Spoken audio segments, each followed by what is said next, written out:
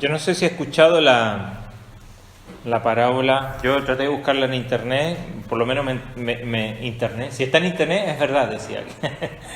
Era una parábola árabe que contaba que un hijo de un jefe árabe va corriendo le viene corriendo a su padre y el padre le dice: anda al manantial y trae una cesta de agua. Entonces el niño va corriendo, llena la cesta y viene, pero antes de que pudiera regresar ve que toda el agua ya se le había escapado, ¿no? Entonces viene al papá y, aunque fue muchas veces ahí a la vertiente, a la fuente de agua, y regresa, nunca puede traer el agua que el padre le pide. Entonces el padre tomó la cesta y le dijo: bueno, es cierto lo que dices, el agua no se ha quedado aquí, pero ¿qué ha sucedido? Bueno, esa cesta que estaba sucia ahora está limpia. Así, dice, será con tu corazón. No podemos retener todo lo que recibimos, muchas veces aún incluso de la palabra del Señor, pero es su palabra la que nos limpia. Y esta idea de limpieza en las Escrituras no es nueva a las palabras que Cristo dice aquí en la bienaventuranza que vamos a ver hoy día. Ya hemos visto 4 o 5 bienaventuranzas, hoy vamos en la sexta y dice ahí Mateo 5 verso 8: bienaventurados los del limpio corazón, porque ellos verán a Dios. Y la consecuencia de esta limpieza es tremenda. De todas las que hemos escuchado ahora o estas semanas, ¿no? Porque ellos recibirán consolación, recibirán la tierra por heredad, serán saciados, alcanzarán misericordia, pero ahora dice: verán a Dios. La Escritura mismo dice que sin la santidad nadie verá a Dios. La misma Escritura dice que nadie ha visto a Dios. Entonces, ¿se contradice la Escritura? ¿Es posible lo que está diciendo aquí?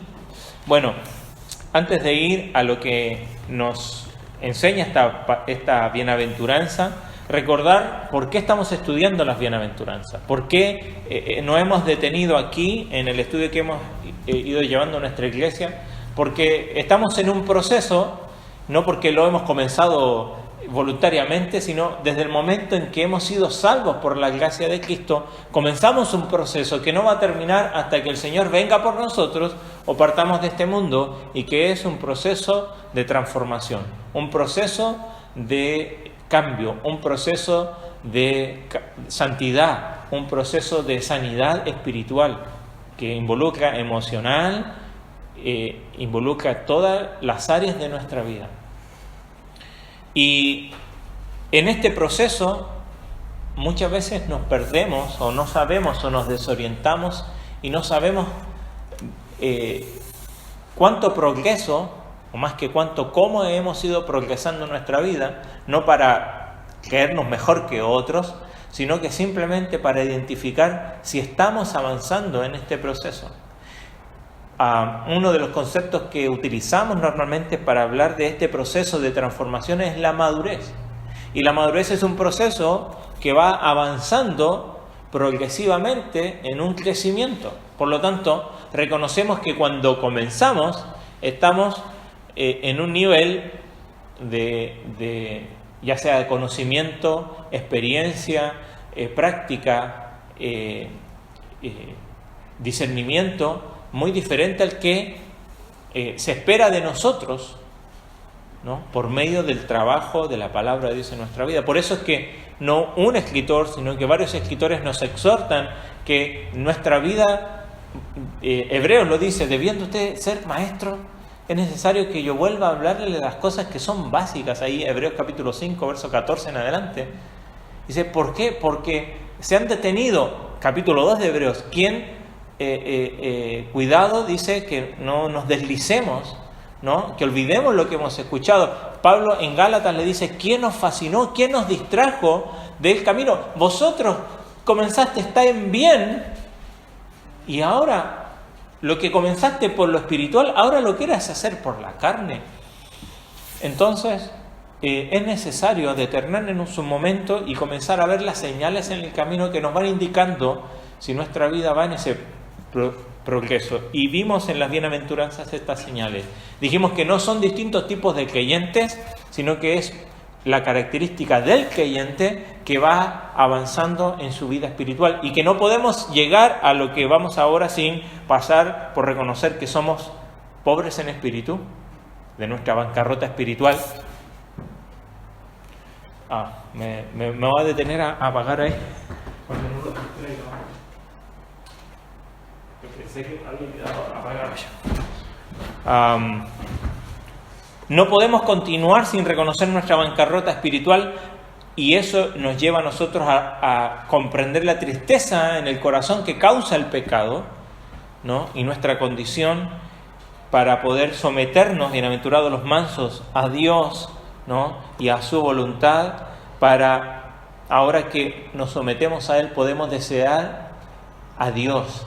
Bienaventurados los que tienen hambre y sed, no de mi justicia, de la justicia que se necesita en el mundo, sino que de la justicia que es Dios. Desearlo a Él, ¿no? Porque seremos saciados de Él. Y lo último que vimos la semana pasada, esto va a afectar a nuestra vida práctica, porque cuando recibimos la misericordia de Dios, entonces podemos ser, y nos capacitan para ser misericordiosos. Y hoy comenzamos aquí, bienaventurados los de limpio corazón. No sé cuáles son todas las señales que usted ya ha visto en su camino, en su progreso, pero yo espero que vayamos avanzando. Dijimos que bienaventurado viene de la palabra makarios en el griego, que significa esta idea de dichoso, ¿no? De doblemente feliz. Muchas veces se habla, pero esta idea se refiere a un estado profundo de felicidad que descansa sobre una verdadera relación con Dios a través de Jesucristo. Bienaventurado, buena aventura. La vida cristiana es una aventura, ¿no? Y para muchos a veces se vuelve difícil la vida del creyente porque se ve contrariado con las cosas del mundo y tiene que decidir qué hará. Pero como hemos dicho aquí, la vida cristiana no es fácil, tampoco es difícil, es imposible. Sin Cristo y sin su gracia es imposible. Por eso es que Pablo dice: crucificado estoy con Cristo y ya no vivo yo, vive Cristo. Es la vida de Cristo en nosotros lo que nos permite vivir esa vida cristiana. De lo contrario, estaremos viviendo una religiosidad, un moralismo, ¿no? Una carcasa de lo que hacían los fariseos, ¿se acuerdan? Ellos eran muy santos. Muchas veces hablamos mal en contra de ellos, pero ellos en sus intenciones eran muy loables. El problema, de vuelta, era su corazón. Era su corazón. Porque intentaban hacerlo por medio de sus obras, por medio de sus fuerzas. Y justo lo que nos dice hoy llega a los oídos de aquellos que están escuchando, que eran de origen judío, y comprendían ellos lo que era la limpieza, relacionado con lo ritual, con los lavamientos necesarios para los sacrificios, en fin. Pero Cristo va más allá, y aún incluso leíamos en el Salmo 24 que olvidaron aquello que el salmista había dicho, ¿no? O Dios había dicho por medio del salmista allí anteriormente, que quiénes son los que pueden contemplar a Dios, ¿no? Contemplarle a Él. Entonces dijimos, ¿quiénes son los bienaventurados? Los de limpio corazón. Ahora, ¿qué significa esta idea de limpio? Viene de kataros, que es una palabra muy antigua que se usaba en la literatura griega para referirse ya sea a la limpieza física o la limpieza cultural o incluso de estar limpios éticamente. Las religiones griegas enfatizaban la pureza ceremonial.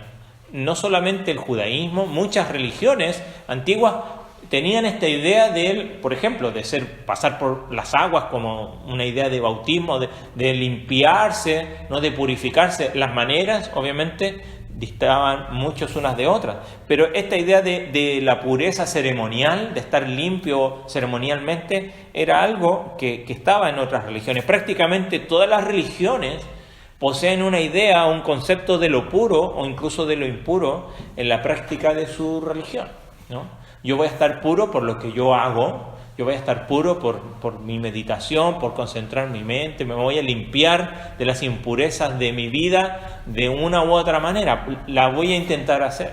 La mayoría de los sistemas religiosos tienen una idea de esa limpieza.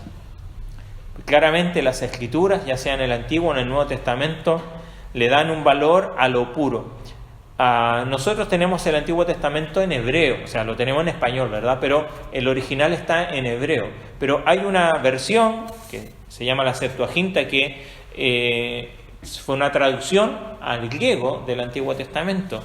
Y allí la Septuaginta traduce 18 palabras diferentes, ¿no?, para esta idea de limpio, esta idea de, traduce como kataros, o kataros, esta idea que sale aquí, pero ocupa palabras como brillante, como íntegro, como inocente, como limpio, como puro, para dar esta idea de limpieza, ¿no?, que se ocupa y que es la palabra que Cristo ocupa aquí, o que por lo menos Mateo traduce aquí al griego como limpio. Entonces, los escritores del Nuevo Testamento, incluyendo a Mateo, toman este vocablo que ya existía en el idioma griego y ahora le dan un nuevo uso, un nuevo sabor, ¿no?, una nueva idea más elevado bajo la dirección del Espíritu Santo, y que es la idea de limpio, o por lo menos aquí en la bienaventuranza de Cristo, limpio de corazón, ¿no? No es una referencia a la mera purificación corporal externa, como lo hacían precisamente los fariseos de manera escrupulosa. ¿Qué hacían ellos? ¿Se acuerda cuando los discípulos estaban comiendo pan allí y le dice, ¿no te parece mal que tus discípulos coman pan sin lavarse las manos?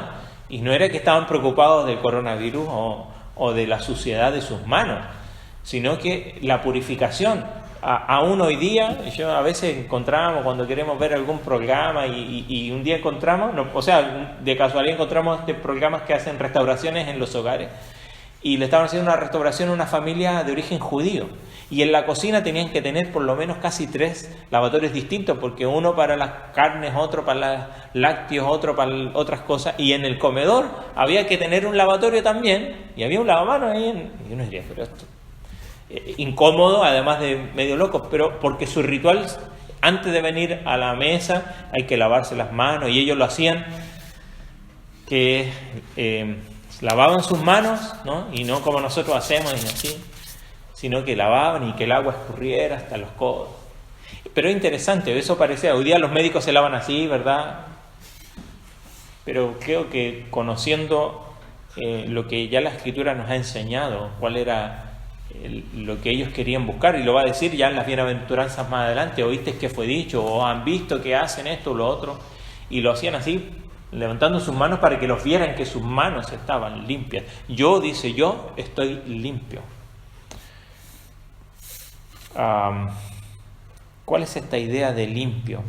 No es esa idea externa de limpieza, no es esa idea de estar ceremonialmente puro, sino que va más allá. Por eso es que la bienaventuranza dice, bienaventurados los de limpio corazón. Ahora, para poder estar limpio se necesita algo muy importante. Yo me acordaba, pensando en estas ideas esta semana, de adolescente en la iglesia donde yo crecí, y siempre había fútbol en la semana, en medio de la semana, éramos varios, jugamos desde los grandes, habían algunos ya bien entrados en años, hasta con los más chicos, y jugamos bien tarde en la noche, y el lugar donde íbamos quedaba un poco afuera de la ciudad, entonces venir tarde a casa y ducharse, ya llegábamos fríos, entonces habían duchas ahí, todos nos bañábamos y llegábamos limpitos, algunos, incluso habían algunos que ya llegaban para acostarse, porque jugábamos bien tarde en la noche. Y siempre había uno, teníamos un amigo que decía, no, yo no me voy a bañar, dice, los sucios se bañan, dice. Y después nadie lo quería llevar en el auto, ese era el problema. ¿Quién se lleva a Juan? No, nadie quería llevarse a Juan. Pero él estaba diciendo una verdad, los que necesitan limpiarse son los que están sucios. Y cuando comprendemos que la Escritura nos dice bienaventurados los limpios, es porque hay un problema, y es que necesitamos ser limpios. Uno, ¿por qué lava la ropa? Porque la ropa está sucia. ¿Por qué lavan los platos? Porque los platos están sucios. ¿Nos gusta que estén limpios? Sí, ¿no? ¿Nos gusta que las cosas estén limpias? Claro, pero ¿por qué limpiamos?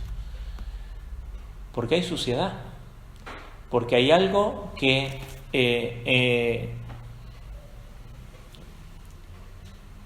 quita toda perfección, comodidad, que necesita ser limpiada. Bueno, cuando llegamos aquí y dice bienaventurados los de limpio corazón, nos está diciendo aquellos que nunca han hecho nada malo, que nunca han pecado, que son perfectos en su vida, porque para poder estar limpios han tenido que reconocer, por eso esto es gradual.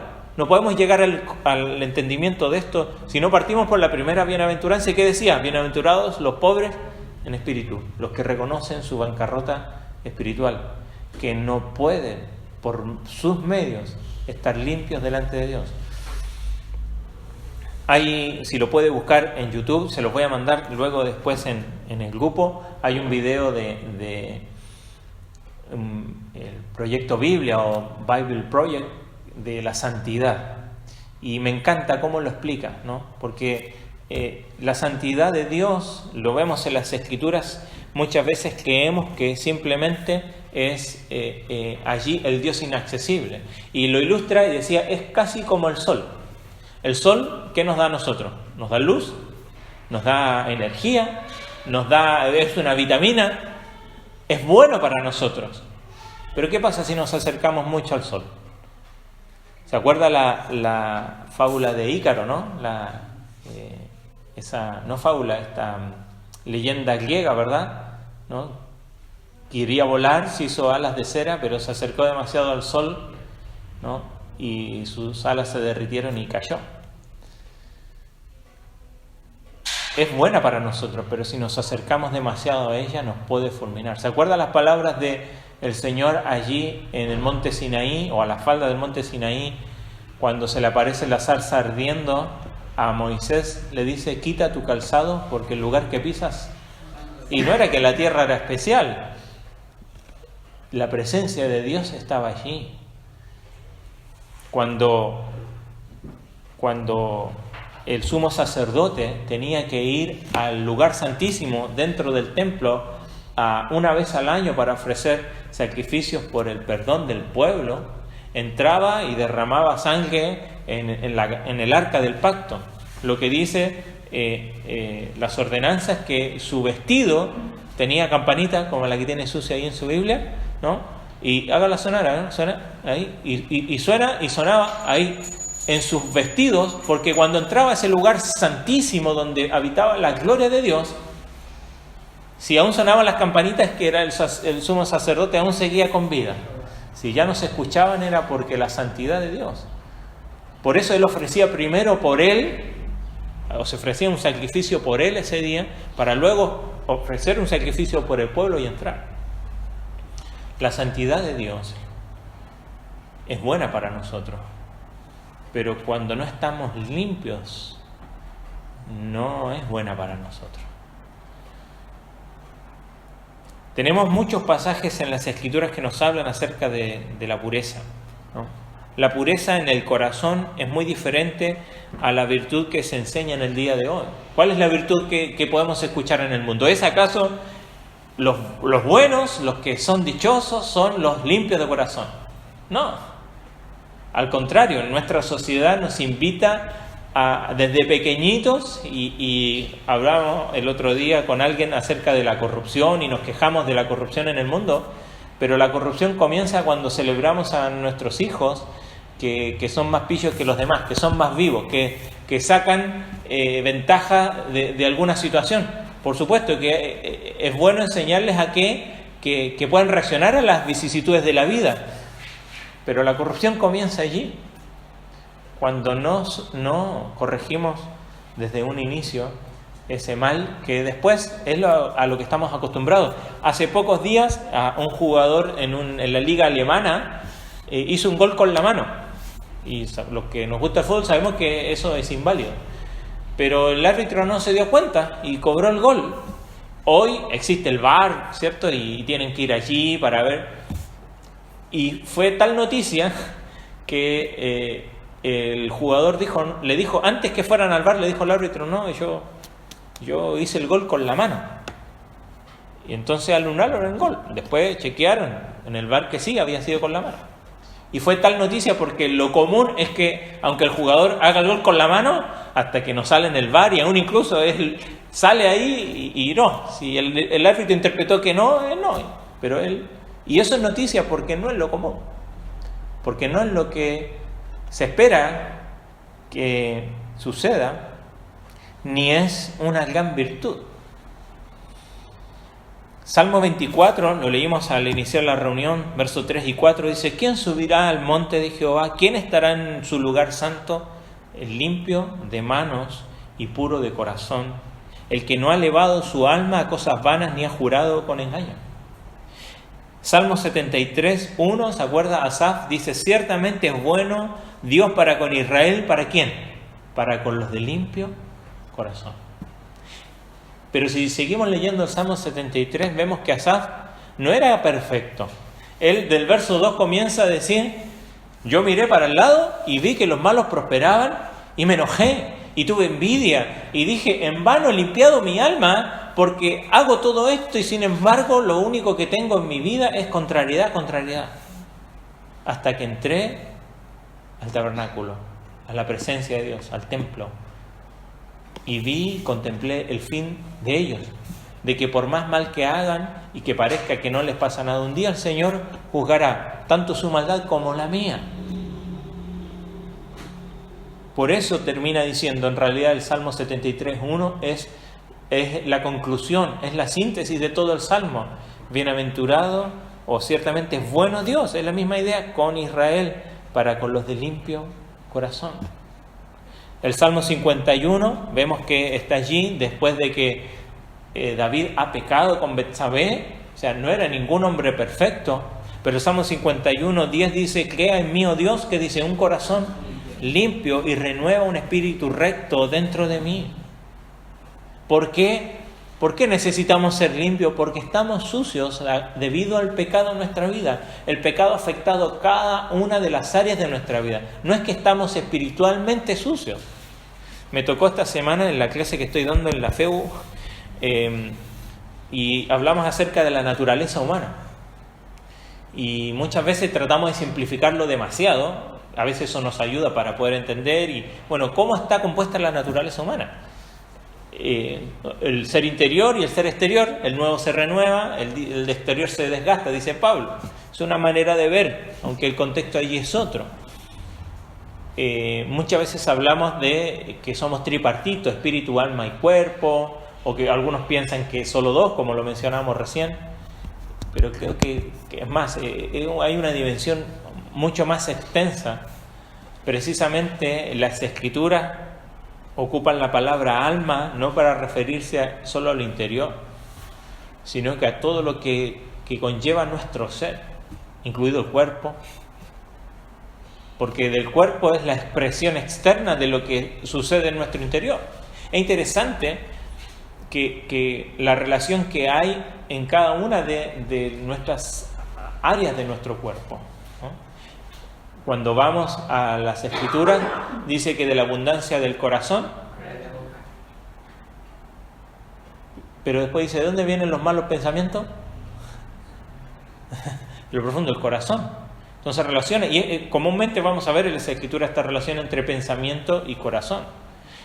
Cuando la primera vez que aparece esta idea de corazón como idea, porque el corazón es un músculo, ¿verdad? Pero no es eso lo que está sucio o necesita ser limpio, sino que allí como la base de todo, creo que es donde radica nuestra voluntad, ¿no? Donde se manifiesta nuestro carácter, nuestras decisiones, nuestro espíritu, desde allí nace lo que se expresa exteriormente, pero que antes ha sido afectado, ¿no? Por nuestros pensamientos, nuestra mente, nuestras emociones, ¿no? Porque uno piensa algo y siente algo y luego decide algo. Entonces no es que un área de nuestra vida necesita ser limpia, nuestro ser necesita ser limpio. En Génesis capítulo 6 dice que cuando habla que allí los pensamientos, ¿no?, el corazón del hombre, ¿no?, y sus pensamientos era de continuo solamente el mal. Y relaciona esta idea de corazón y pensamiento, porque todo nuestro ser está unido entre sí, y esa es la palabra muchas veces que se ocupa en la Escritura como alma, y nuestra alma es la que necesita ser rescatada y redimida. El corazón es lo que necesita, ¿no?, como donde el asiento de nuestras emociones, decisiones, nuestra voluntad, que es casi como el motor de nuestra vida, es lo que necesita ser limpio, porque está contaminado por el pecado. Y nada de lo que nosotros hagamos va a surgir de manera limpia, a no ser que haya sido limpiado y lavado por la sangre de Jesucristo. Lo que cantábamos hace un momento atrás. El corazón. Como decía alguien, el corazón del problema es el problema del corazón. Allí es donde debemos abordar. Pero si somos honestos, muchas veces intentamos abordar las cosas superficialmente. Queremos cambiar nuestra conducta, pero no nuestras decisiones. Ya lo hemos visto, ¿se acuerdan lo que hemos estado estudiando todos los primeros domingos del mes? Cambiamos externamente, pero no cambiamos lo que amamos, no cambiamos lo que deseamos, no cambiamos nuestras decisiones, no cambiamos de corazón. ¿Se acuerda que Jesucristo, cuando habla del perdón y dice, ¿cuánto debemos de perdonar, Señor? 7 veces, le dice Pedro, si como mucho, dice 70 veces, y le dice, ¿te acuerdas? Alguien tenía una deuda, ¿no?, y le es perdonada. Sí, y termina el Señor, si alguno no perdona de corazón a su hermano. ¿Por qué de corazón? Porque tiene que ser algo que va motivado y no algo simplemente externo. Entonces el significado básico de este adjetivo, kataros, limpio, es una pureza que se caracteriza por no tener mezcla. Esa es la idea, de que no está mezclado, que no hay aleación allí, que es una pureza no adulterada. Esa pureza, por supuesto, es imposible para el hombre aparte de la obra redentora de Cristo y del poder santificador de su Espíritu Santo. La frase no se limita o no debe limitarse a la ausencia de sentimientos impuros, sino que debe incluir la libertad de todas las influencias contaminadoras del pecado sobre nuestro ser interior. No es que vamos a ser perfectos, sino que cuando, por medio de la obra de Cristo en nuestra vida, vamos avanzando en vencer al pecado. ¿Se acuerdan cuando estudiamos Juan?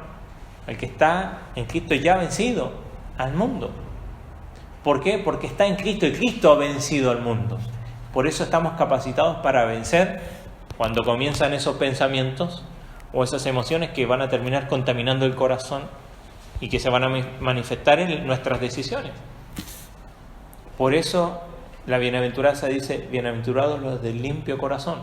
No porque se han limpiado allí, ¿no?, sino porque han pasado por esa sangre de Cristo que nos limpia, porque están sostenidos en la obra de Cristo que nos limpia. Nos ha limpiado, pero nos limpia continuamente.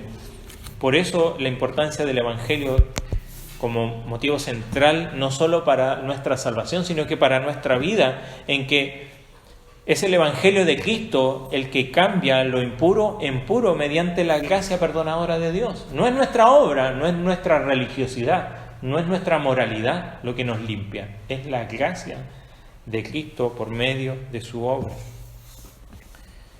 Esta bienaventuranza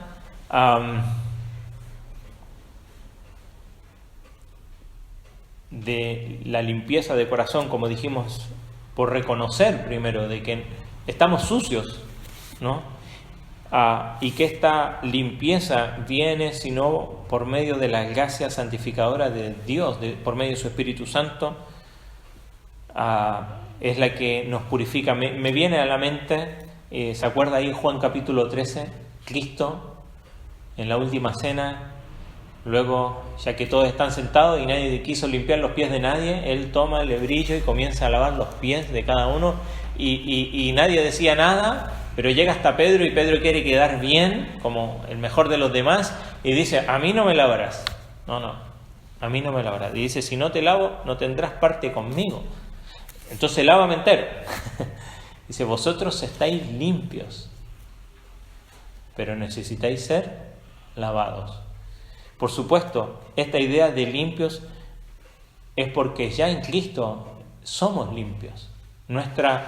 La obra de Cristo completa en nuestra vida de que estamos limpios, pero necesitamos que ser lavados continuamente. Por eso en 1 de Juan nos dice, si confesamos nuestros pecados, Él es fiel y justo para limpiarnos y perdonarnos de toda maldad.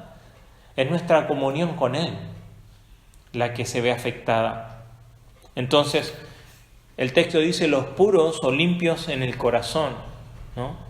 En el corazón. La pureza no tiene que ver con actos externos o ceremoniales de purificación, ni se limita a la abstinencia de actos impuros, sino que tiene que ver con el centro mismo de la vida, con el corazón. Los fariseos, decían bienaventurados los puros solamente, ¿no? Porque solo se preocupaban de esa purificación ceremonial, y Jesucristo profundiza esta cuestión cuando dice bienaventurados los de limpio corazón. Comprendo que lo que necesito es ser limpio de corazón. Reconozco que mi alma, mi ser está contaminado por el pecado y que necesita esa limpieza que solo se obtiene por medio de la sangre de Cristo. ¿Se da cuenta que nuestra vida práctica tiene que ver tanto con el Evangelio? Porque olvidamos, por eso celebramos la cena una vez al mes, podríamos hacerlo todos los domingos. ¿Pero por qué? En memoria de Él, para no olvidar su obra, porque queremos que Él nos salve por su obra, pero queremos vivir por nuestras obras. Por eso Pablo le dice ahí a los Gálatas, vosotros comenzasteis bien, comenzaste espiritualmente, pero ahora reconoces que no puedes ser salvo sino por medio de la obra de Dios. Pero ahora quieres santificarte por medio de tu obra. Eso es imposible. Por eso termina allí, más adelante en Gálatas, dice, porque las obras de la carne, ¿qué son? Y comienza a decir, pleitos y un montón de otras cosas, que es la obra de nuestra carne, intentando ¿qué? Santificarnos a nosotros mismos, hacernos más limpios a nosotros mismos, hacernos mejor a nosotros mismos. Sin embargo, dice, más el fruto del Espíritu es paz, amor, benignidad, bondad. Es la obra de Él en nosotros. Ahora, ¿cuál es el resultado y la consecuencia de esta bienaventuranza? ¿Cuál es el resultado y la bendición de ser limpios de corazón? Dice ahí, porque ellos verán a Dios. Ahora la Escritura dice, a Dios nadie le ha visto jamás, pero el unigénito Hijo del Padre le ha dado a conocer. ¿Cómo podemos ver a Dios? ¿Ha visto a Dios alguna vez? Y no, nuestra respuesta es no. Pero como cantábamos la primera alabanza, le podemos contemplar. Podemos contemplar su gloria. Salmo 19, los cielos cuentan la gloria de Dios y el firmamento anuncia la obra de sus manos. Romanos capítulo 1 nos dice que su eterno poder y deidad se hacen claramente visible por medio de las cosas hechas, de modo que nadie tiene excusa para decir Dios no existe ni se ha revelado. Pero también la Escritura nos dice que por medio de Cristo podemos ver al Padre. Cristo le dice, si alguno me ha visto a mí, ha visto al Padre. ¿Cómo podemos conocer a Dios? Por medio de Cristo. Nuevamente el Evangelio es central en nuestra vida. Pero ¿saben? Esto que nosotros comprendemos, que esta bendición, esta bienaventurada, la causa de esta bienaventuranza es expresada mediante esta frase, verán a Dios, ¿no? Ver a Dios es la base de la bienaventuranza de quien es limpio, puro de corazón. El Señor desea enfatizar el hecho de que la causa o la base de esta bienaventuranza de los limpios de corazón es que a Dios van a ver. Primera de Juan 3:2 dice, amados, ahora somos hijos de Dios y aún no se ha manifestado lo que hemos de ser, pero sabemos que cuando Él se manifieste seremos semejantes a Él porque le veremos tal como Él es. Sin duda, un día le veremos como Él es. Y esa es nuestra certeza. Pero la bendición de ver a Dios no solo es futura, como dice Pedro, a quien amáis, sin haber visto a quien creyendo, aunque ahora no lo veáis, os alegráis con gozo inefable y glorioso. No lo hemos visto, por eso dice, bienaventurados los que no vieron y creyeron. Pero sabe, podemos contemplar a Dios, podemos ver a Dios, no solamente veremos a Dios, podemos contemplar a Dios hoy. Porque los que son de limpio corazón pueden ver a Dios hoy por medio de la iluminación de su Espíritu Santo. No que se nos va a ver algo allí especial, no. Pablo lo dice en Gálatas, si alguien viene con algo distinto, aunque sea de un ángel que diga, no es el Evangelio. El Señor se ha revelado y lo que quiere decirnos ya lo sabemos, está aquí. No tenemos más revelación que este libro. Esta es su revelación, lo dice Apocalipsis al final. Quien añada esto, pero podemos ver a Dios por medio de la iluminación de su Espíritu Santo que permite al creyente entender lo que dice aquí. Por eso que mucha gente lee este libro y no lo entiende. Muchas veces nosotros leemos este libro y no lo entendemos. ¿Qué es lo que pasa? Y allí la bienaventuranza, porque cuando nos acercamos a este libro con un corazón limpio, el Señor nos va a hablar. Su Espíritu Santo nos va a iluminar para poder contemplar la gloria del Evangelio de Jesucristo aquí y conocerlo a Él, contemplar la realización de su obra y cómo Dios actúa en el mundo y en la vida de sus hijos. Cuando se acuerda a 1 Corintios 13, después de hablar de que el amor por sobre los dones, dice, ahora vemos por espejo, oscuramente, más entonces le veremos cara a cara. Esa es la promesa de Dios, pero aquellos que por su gracia han sido limpiados y santificados, podemos contemplar su gloria aquí, en su palabra, en la obra del Espíritu Santo en nuestra vida. Cuando Moisés está delante de Dios ahí en el Sinaí, le dice, quiero ver tu rostro, quiero verte, Dios. ¿Por qué? ¿Por qué lo quería? Para después decir, yo vi a Dios. Quería contemplar su gloria, quería ser lleno de Él. Y dice, no me verás, entra ahí en la peña, verás mis espaldas. Y eso fue tan grande que cuando bajó, su rostro resplandecía. ¿Sabe? El mundo puede ver en nosotros, dice, algo resplandece distinto allí en esta persona. ¿Puede el mundo contemplar a Dios? ¿Sabe? Dijimos que esta idea de limpio nos habla de santidad, nos habla de claridad en nuestra vida, sin la cual nadie verá a Dios. Porque si venimos a Dios debemos acercarnos limpios, pero no perfectos, no inmaculados, no, reconociendo nuestras impurezas, nuestra indignidad delante de Dios, nuestra falta. Eso es lo que nos capacita para ser limpiados, porque es su obra la que nos limpia, la sangre de Cristo la que nos limpia de todo pecado. Pero si nos creemos que estamos bien delante de Dios, no vamos a recibir limpieza. Es lo que dice Cristo, yo he venido no a los que están sanos, he venido a los que están enfermos. Ellos necesitan sanidad. Y tú y yo necesitamos, pero no queremos reconocer. No queremos reconocer nuestra suciedad. No queremos reconocer que necesitamos ser limpios. Queremos estar limpios. Deseamos, pero no queremos reconocer nuestra suciedad, nuestros pecados, nuestras faltas, nuestras luchas. Pero no será posible la limpieza sin reconocer nuestra condición de necesidad de ser limpio. Y cuando su sangre nos limpia, no solo en la obra de salvación, sino que diariamente en nuestra vida, confesar nuestros pecados y Él es fiel y justo para perdonarnos, entonces no podremos contemplar a Dios. Y si no contemplamos a Dios diariamente, ¿sabe? Nuestra vida se va a empezar a apagar y nuestro rostro va a comenzar a desfallecer. ¿Qué decías David ahí en el mismo Salmo 51? Mientras callé, se envejecieron. El que encubre su pecado no prosperará, más el que los confiesa y se aparta alcanza misericordia, porque hay limpieza en su vida y puede contemplar ahora la gracia, la gloria, el amor, la benignidad, la justicia de Dios y poder conocerle profundamente. Por eso es necesario la santidad. Es buena para nosotros, pero si nos acercamos demasiado nos puede fulminar.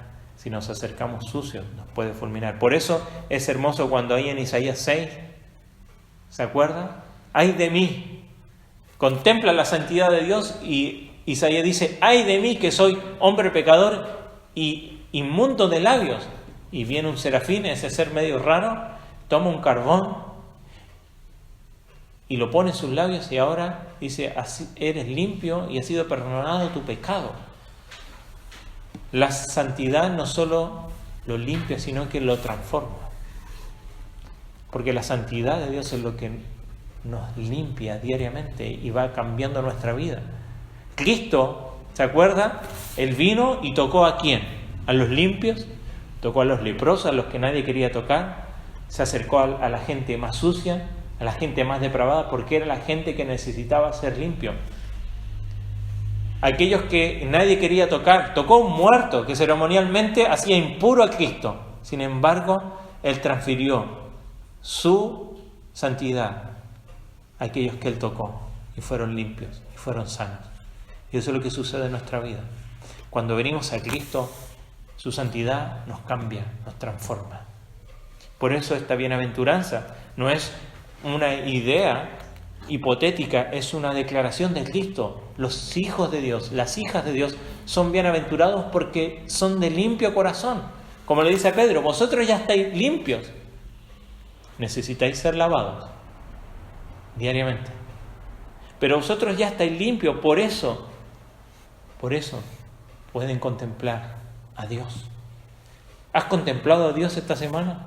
¿Has podido contemplar su gloria en su Escritura? En lo que Él hace, en los detalles de tu vida, y reconocer que es Él quien obra. Cuando vamos avanzando en nuestro camino de progreso en santificación, vamos viendo que ese pecado que antes nos controlaba, que habita en nosotros, ya no tiene ese poder que tenía antes. Ahora podemos disfrutar de esa vida abundante que Cristo ha prometido a aquellos que le aman. Comenzamos a comprender que las opciones del pecado que habita en nosotros no solo nos han dañado, sino que han hecho imposible que podamos conocer a Dios como Él es. Hasta el punto muchas veces de la vergüenza marca nuestra relación con Él y nos acercamos a Dios con vergüenza, escondidos. Y en lugar de estar cegado a Dios como consecuencia de esos asuntos pendientes en nuestra vida, ahora, por medio de la sangre de Cristo y su limpieza, se levanta esa neblina que nos impedía ver claramente a Dios. Lo que nos ha mantenido alejados de Dios son las mentiras que hemos creído sobre Él. Y esto no es ahora. En Génesis, ¿con qué Dios dijo? La mentira que el enemigo nos dice respecto a Dios mismo. Y muchas veces no podemos contemplar a Dios porque seguimos sumidos en nuestro pecado o algo que no hemos confesado, o venimos delante de Dios queriendo limpiarnos nosotros mismos. Esas mentiras siempre distorsionan la idea que tenemos de la belleza y la cercanía de Dios. Y no solo no hemos podido verlo como es, como nuestro Padre, sino que hemos dudado muchas veces de su fidelidad o hemos pensado lo peor de Él. Pero la pureza nos abre los ojos para que veamos que Dios no se parece a las ideas que tenemos de Dios. Pensamos que Dios es nuestro Padre y resulta que nuestra relación con nuestro Padre probablemente no fue buena. Entonces nos hacemos una idea de Dios que no corresponde. Y muchas veces eso afecta en nuestras vidas espirituales. Pero a medida que nuestra alma se va restableciendo y va siendo sanada, limpiada, progresando, transformada, empezamos a ver cómo es Dios. Cuanto más avanzamos en nuestro camino, conocemos mejor a Dios. Su ser nos parece más claro y comenzamos a no creer esas mentiras del enemigo y ya no nos pueden engañar. La voluntad de Dios se convierte en un deleite para mí. Su palabra ilumina mi camino. Su propósito para mí pasa a ser una carga, pasa de ser una carga a una actividad que nos llena de gozo y pasión. ¿Se acuerdan? Romanos 12:2. No se amolden a este mundo, sino transformados por medio de la renovación de vuestra mente, para que puedan comprobar cuál es la voluntad de Dios buena, agradable y perfecta.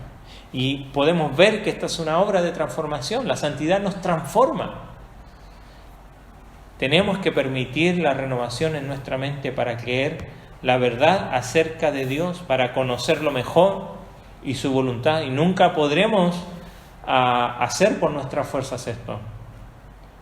Cuando nuestros asuntos pendientes los encargamos a Dios, más conscientes seremos de Él, de este Dios verdadero, que nos ama a pesar de que no estamos limpios, pero Él nos limpia. Y como dice Pablo, seremos capaces de poner a prueba su voluntad para comprobar y descubrir lo bueno, lo agradable que es Dios y su voluntad. Así que, ¿cómo podemos saber que estamos progresando? Cuando descubrimos que hemos cambiado nuestra forma de pensar en Dios, cuando le conocemos profundamente porque hemos sido limpiados por su santidad, cuando hablamos sobre Él a otros y eso comienza a afectar nuestra vida porque la gente puede ver que hemos estado con Dios. Nuestro tiempo con Dios cambia. ¿Cuándo fue la última vez que recuerda que se acercó a Dios con gozo? ¿O vino después de estar con Él con gozo? Porque le hemos contemplado. Pero para muchos a veces ese tiempo con Él es una carga. O nuestro tiempo con Él es de peticiones. Señor, te pido, te pido, te pido. Y o nuestra oración es una obligación. Pero a medida que mi corazón se limpia, va descubriendo que la oración es necesaria, pero hay deleite y hay paz. Y abrimos nuestro corazón a Dios y sentimos su presencia en nosotros que nos va restaurando, porque su santidad nos transforma. Su santidad nos permite contemplarlo como Él es. Y esa es la bendición de esta bienaventuranza. Los de limpio corazón, porque ellos verán a Dios. Contemplarle en su santidad, sin prejuicios, sin engaños del mundo, sino que esa verdad prístina, pura, santa, que está aquí. No tenemos que ir a ningún lugar, está aquí en su palabra. Y su Espíritu Santo nos puede enseñar lo que quiere decir. Así que vayámonos con esta bendición. Podemos contemplar aquello que solamente por medio de Cristo es posible.